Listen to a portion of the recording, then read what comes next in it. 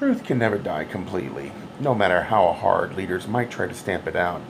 Then they might cut it down, but the little seeds planted in people's minds will be nurtured in the darkness until they die off, to be reborn for a new attempt. I see America as the latest incarnation, but it's being strangled by those who claim to cherish it. SCL 3319. The seed of truth came to the black fertile land in olden times, and was planted in well-watered soil. Pontus was not yet born. It grew not in the light of the sun, for ignorant men would cut it down. In the dark places it flourished. Earth is a strange place, and stranger the creature who rules it. Then came the dawn of a brighter day.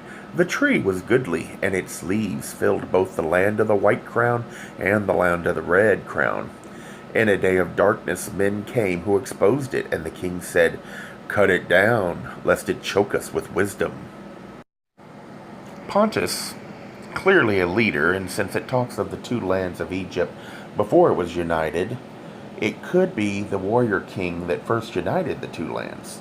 The reference to the strange creature who rules earth, I think, would be us and not God.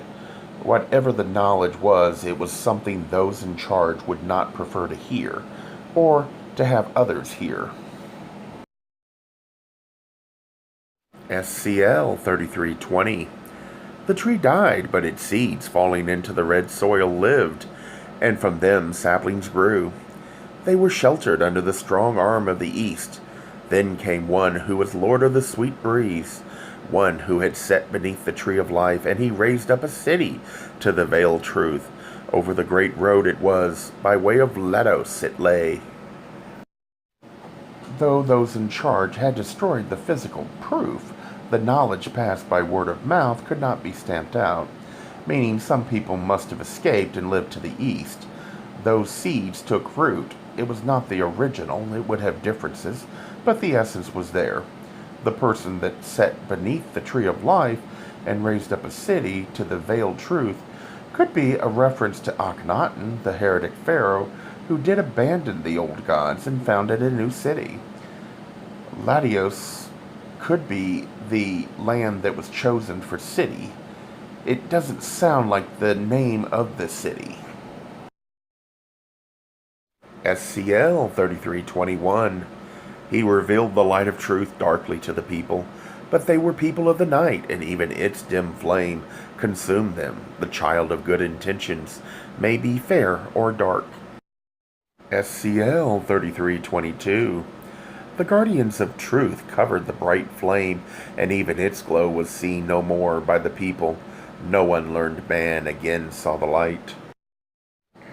Just as with Akhenaten, just that little bit of knowledge was a threat to those in charge of the old ways. Those guardians smothered the flame and submerged the threat. By no longer acknowledging it ever existed, in a few years their truth would be the only one people remembered, since the old would die out and only a few might whisper the truth. SCL 3323. A treasure in the hands of a few is great to each. Shared among many, it has little value for one. We had been told the ways of men from olden times, but we heeded not the warning. SCL 3324. Now the truth is scattered to the four quarters of the earth. Thus it was foretold it should be. Therefore it is appointed, a tree scatters its seeds by the thousand. Yet but one may spring to life, and that may lay long in the soil. Leaders can deny the truth, but they too will eventually pass, and the knowledge whispered in the dark will once again be acceptable. Not necessarily in the same place. It may take a long time for the time to be right for a new start.